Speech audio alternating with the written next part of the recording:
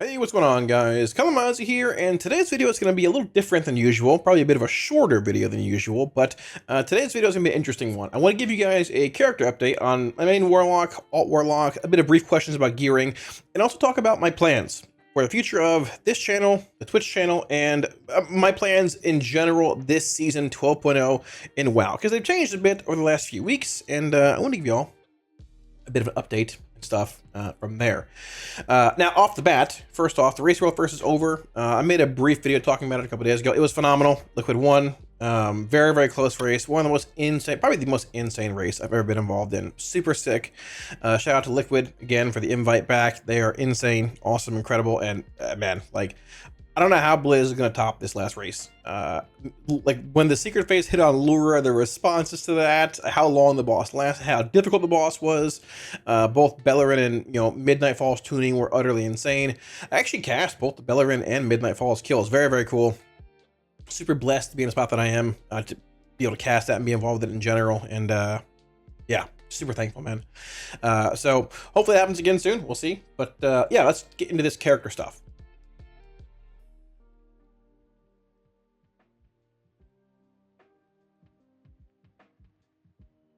Alrighty, so my main guy is about 275.62. Currently, I have a crafted staff with Dark Moon Deck Hunt, whatever this is on here, Dark Moon Embellishment Hunt, and I have gloves that I crafted with Arcane Weave on them. So my four-piece, I have socketed Hero Helm, Myth Legs, Hero Shoulders, Chest, and whatever. Yeah, that's four pieces right there. My off-piece, I had like Veteran gloves, I think, but I wanted to get an embellishment on another piece of gear. My gloves were my lowest eye level, so I made 285 last week with Arcane Weave on that, and here we are. I'm close to getting like my Hero Dawnquest achievement. I have a Hero Neck right here that I ground out from PvP, but I don't have the Hero Crest to upgrade it. We're sitting at like max, and I'm not downgrading Myth Crest at this point. I got sort of unlucky when it came to like spending Hero Crest on things like larger pieces like legs or a ring that I got and everything else, right? And then I pulled Myth Legs, Myth Ring, and didn't really allocate Hero Crest to other pieces that it sort of rolled in a weird way. I'm missing a few Hero Crests at this point, but not a big deal. The plan next week is to craft a neck, very likely, unless I open one in the vault. If that's the case, maybe I craft like bracers or maybe boots to like get that Arcane Leaf embellishment there for long-term bis, but we'll see where it goes. Trinket-wise, we got a Feather, Crucible of Erratic Energies, which is pretty good. Works at M+, works in Raid for the upgrade table in Void Spire, or the zone, whatever it is. The upgrade table there for Violence, Sustenance, and Predation. As long as you have like the upgrades on the table, it does affect the trinket in both rating and M+ alike. Pretty good. Obviously, Gaze the All-Seer or Wraps from Illyria would be better, but I don't have them. Looking at Blood Mallet briefly, and Warcraft logs, obviously like Demo, Destro, Af are all same play. It's mostly Demonology and Keys currently.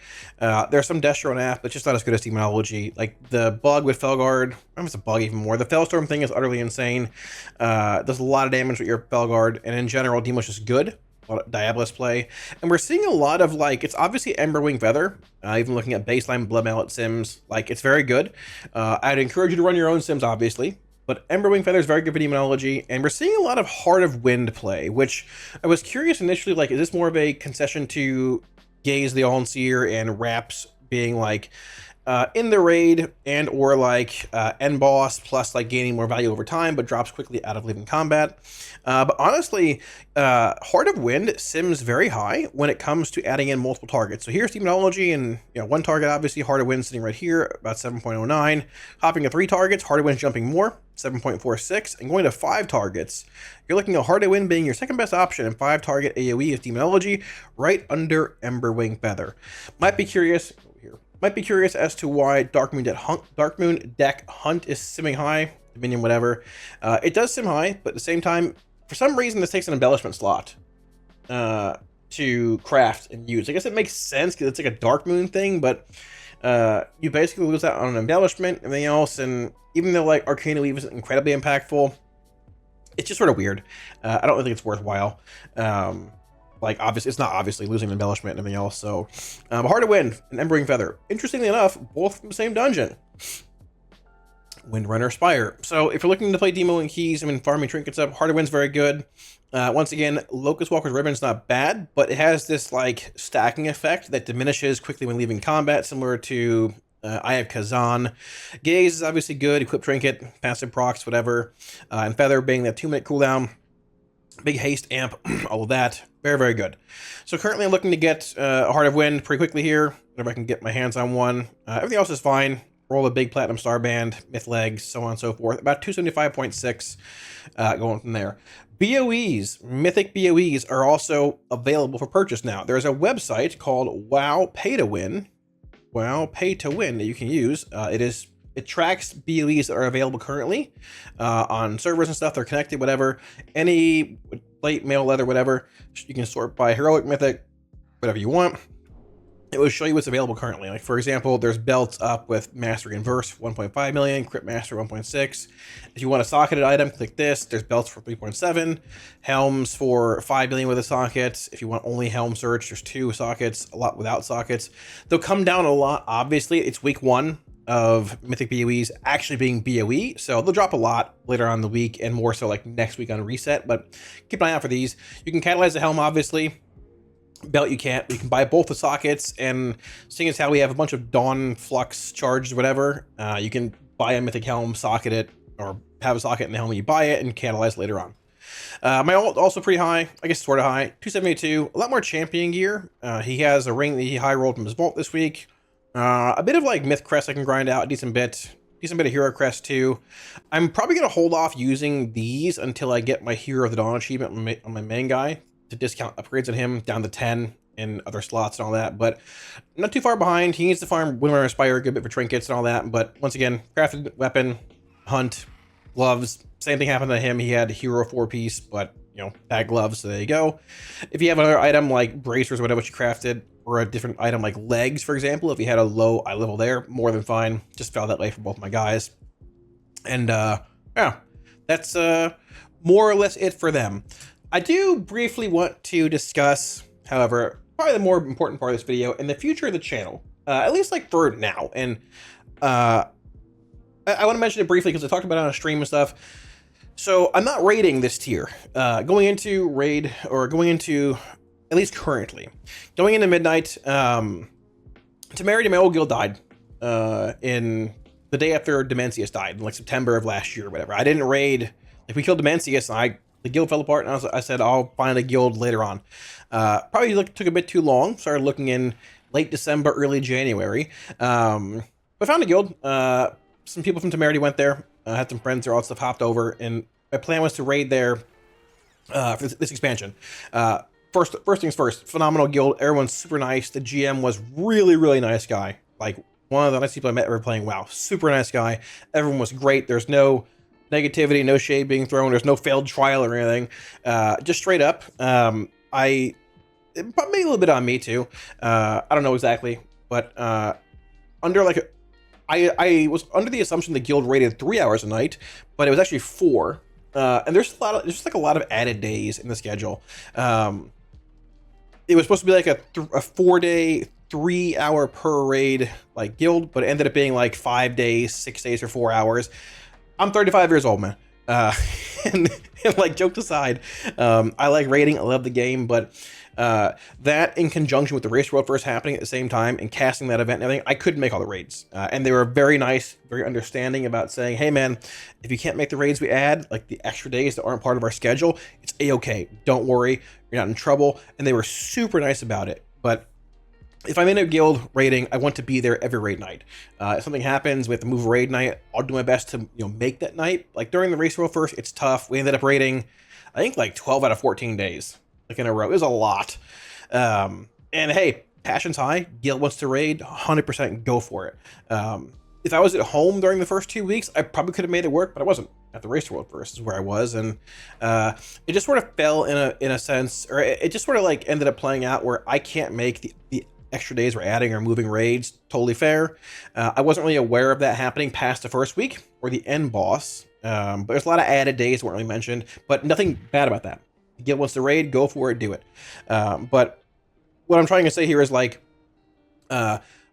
when the guild was still trying to kill bosses for progression on added days. Like they killed Chimeras and Fallen King Salhadar on a Monday, which that week we raided Tuesday, Wednesday was guild M plus night, and Thursday and Sunday were supposed to be raid days, but we raided Tuesday, Wednesday was M plus night, Thursday, Saturday, Sunday, and then Monday. I think it was Monday, could have been Saturday. But TLDR, what I'm getting at, the guild did kill mythic bosses on added nights, which is fine. I'm not mad about that, but I don't feel like I should be raiding there if I can't make those nights and they're being added every week, because I don't want to take gear from the guild and then not have that gear able to be used on progression bosses that I can't make on certain nights. If they make good progress on an end boss on a Monday that I'm not there for, am I going to pop it on Tuesday and try and prog that boss? Probably not. Where'd that gear go from the kill on last Friday? To me, that I can't make, right? So just mutual, hey, guild was awesome, all the above, but didn't work out. Even being back at home, it's really tough because I thought the guild ended at 2:30 in the morning. It ends at 3:30 in the morning, and that means stream ends at 4. And like with the extra days and things being factored in, I don't want to stream every day, all 5 days of my stream schedule at midnight to 4 or 5 in the morning. It's not what I want to do. It doesn't work with my schedule. So it was best to call it like sort of just a mutual separation. But the GM, once again, everybody in the guild was so nice. He totally understood, no issues there. So there's zero drama or anything. I'm still in the guild right now, I think. They're raiding right now. I'm filming this video, but it didn't work out. But you know, nothing wrong with the guild. They were great. They were like World 20 for a while. We killed, I think, 5-6 bosses week 1. It was good. I had a great time, but just long term, not going to work out. I'm telling the story. What is that? Is that a... I don't know what that is. I'm telling a story because, so that means obviously content, like on the channel, I stream raids, you know, during progression and everything. Unless I find a guild to raid this tier, I want to find a guild that's Hall of Fame, obviously. I'm not going for world first. I can't do it, wouldn't do it, all the above, or anything like that. But, you know, unless I find a guild to raid in this tier, might be the first tier in a very long time that I don't get cutting edge. I don't even know how to find the achievement panel, but I've gotten cutting edges back to, is it feat to strength? I've gotten cutting edges so far back, man. I mean, it goes back to Gul'dan, Helia, the Black Gate. Yeah, the Black Gate. I mean, it's actually been 10 years, 2016. I haven't missed a single cutting edge. Yeah, but this could be the tier. I don't know. If I find a guild, that'd be phenomenal. But at the same time, I think we run these streets. There you go, brother. I think that I want to find a guild that's like a 3-night-a-week grading guild for 3 or 4 hours a night, Hall of Fame, good. I can just fit in and not have to, like, you know, raid a lot. Because it makes it tough to do other things on stream, everything else. And a big focal point of my content that I want to try and shift towards a bit, that is massive. This is a great video. Is actually giving Mythic Plus another shot. Alright, there's been a lot of limitations with temerity rating from 11 p.m. to 3 a.m. on Wednesday and Thursday and Sunday, and sometimes Tuesday or Monday. Like when I was there for a long time, we added a day or two, no big deal. But it's tough to like get on and raid 4 hours at night, you know, 5 hours basically with like pre-raid prep, post-raid prep, and then do plus for 3 or 4 hours beforehand. Without having like a guild to raid in right now, I want to try and at least look at giving higher end M plus a shot, not MDI winning stuff or like that. I mean, I like to go for it. If I like it a lot, maybe try and go for title this season. I don't know. But having the, I guess, schedule-based limitations lifted from raiding opens up a lot of content. I can stream earlier in the day. I can make more videos on M plus. I'm also making this video. I want to see what y'all want to see. Throw it down below in the comment section. What do y'all want to see? Probably a lot more M plus on stream. I want to maintain both characters. I do want to find another guild to raid next year. So I'll maintain both for splits and all that. At the same time, I want to drive home that there's no change in what's happening with video content on YouTube. On the contrary, it probably makes it easier for me to put out more content. He's in the car. Where will I go? I don't know. What is happening? Let me get in this thing. It probably makes it easier for me to do more content on YouTube. There's no seat because of the limitations being lifted for like raiding schedules and stuff, right? Raid testing, bosses can still do it. I tested with Velocity, Telegon's Guild, or PC Dragon's Guild before in the past. Probably can do it again. Hopefully that's sick. Love that. That won't change. All the prep guides, all the guides for raiding and M+, all that will not change.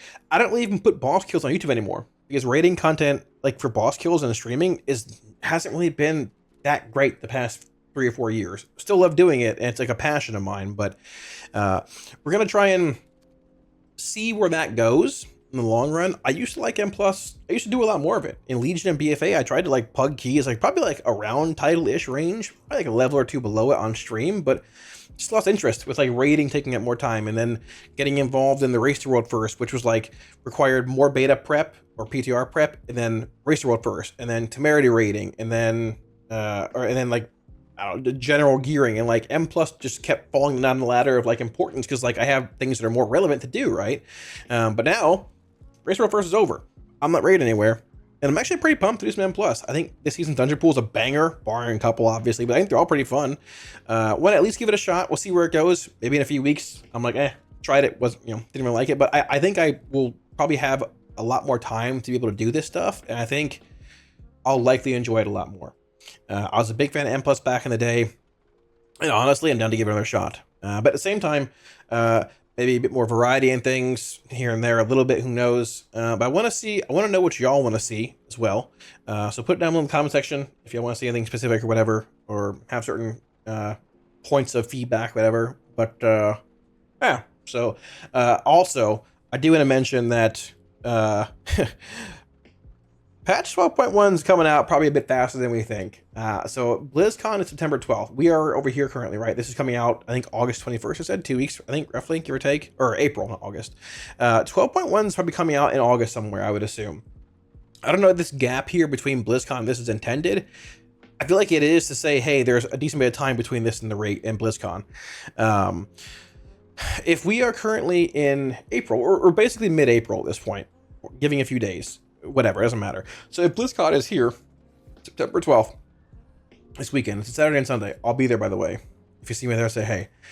If it's here, I would assume Blizz wants to give a decent bit of time for like the Race World First, and whether it's the race event itself or just guilds in general rating, a bit of time to like push week 1, week 2, whatever, and sort of settle down a little bit, right?